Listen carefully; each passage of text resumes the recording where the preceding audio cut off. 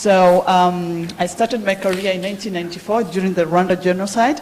I worked for ICRC for 9 years before at the logistics center, before moving on to Oxfam GB for another 8 years. That's where I met Pamela Steele. And during the time, I was really looking forward to going back to school and, learning about supply chain. I had a phenomenal hands-on experience in supply chain. Some of you will identify with the fact that some of us just fell into supply chain, really.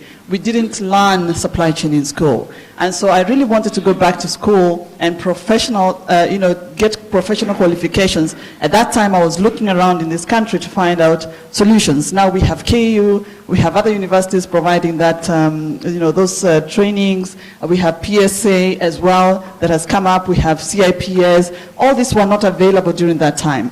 Pamela was very instrumental. She connected me with CIPS, and I started my education there in supply chain. That was sometime 1999, 2000. And so I moved on to Oxfam, which was, development programs, humanitarian, and a lot of advocacy. I worked there for 8 years before moving on to Research Triangle Institute. Research Triangle Institute is a US-based organization. It has commercial activities as well as humanitarian, working with the cooperating government. So we used to work with the government of Kenya on education projects as well as health and governance. And then I just moved to IRC last year, so I'm 1 year old in IRC. When I was recruited in IRC, I was the first regional supply chain director to be recruited in this region. Previously, we had supply chain director based in the HQ level who was supporting 42 countries globally. So this was a very difficult endeavor for him. Supply chain was not really being felt.